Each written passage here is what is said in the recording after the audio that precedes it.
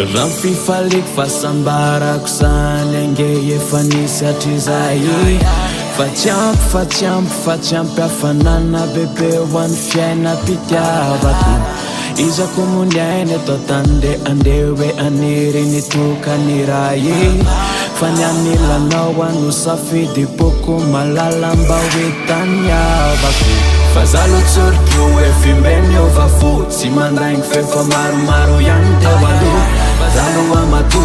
mbola tsy afapo de tsy anao teo fa lesy patsoanjarako fa zao efa to zazao tokapo fefa tonga eto anilako izao ale tondrany anarako karananao adalany anao de mamela ao mila tambitamby anao de titamy ao tsy ampifitiavana de tenenao fa vononandefitra tritiko anao kanao zay ho afakao aminy foko satria noavitsika zao anojery tsy enoko akory izy mitady andoto fefany aminao any foko no mitempo ndraindraitsika le miady za le mitabataba de enao le tsy miteny raha sipa hoe azaka ny toetrako aloha tsisy atsianao rery ka zaho a de ezaky iova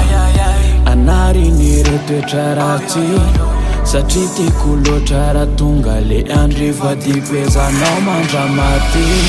fa zalotsoriko hoe fimbeny ovafo tsy mandaigny fefa maromaro ihany teo aloha zalo amato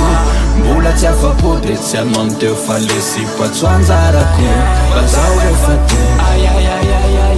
zazao tokapo fefa tonga eto anilako izao ale tondrany anarako